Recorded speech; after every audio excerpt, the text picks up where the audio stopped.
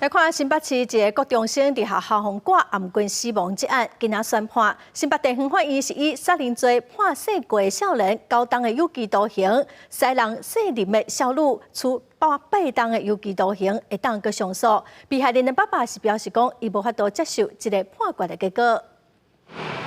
发生在去年底震惊社会新北高中生挂暗棍案，涉案人在今年3月，互新北地方法院的少年法庭移送检方来侦办。5月，甲做派的死过少年含涉嫌杀人的杀人的少女，照杀人罪来起诉。新北地院30宣判，死过嫌犯hom判9年的徒刑，杀人的少女是hom判8年，专案阁会当上诉。我们的人命比那种贪污还要不值钱吗？我不知道我们的法官是在做什么的。 让我觉得说，我们的司法全部都是瘫痪掉了，我受不了。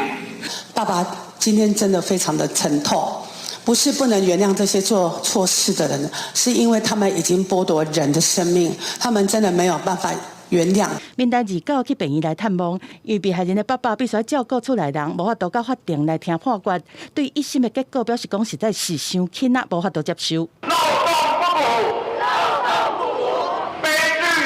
真侪家长团体是到立法院来陈情，呼吁司法院针对挂暗棍案，应该公开检讨报告，嘛要保障被害人家属的参与权和知情权，嘛互3党的立委、司法院的代表等人来接တင်情书。我们也是家长。 不希望发生这件事情，但被害人他应该要有阅卷的权利，甚至有充分表达意见的权利。调保官他在做调查的时候，他没办法去调阅一些孩子的辅导记录，他不知道他这个小孩前面有没有什么霸凌记录等等。家长团体呼吁讲，政府应该确实检讨飞行少年的处理机制、成效歹的问题，修补漏洞，避免今仔日的飞行少年变作明仔日大人的罪犯。记者综合报道。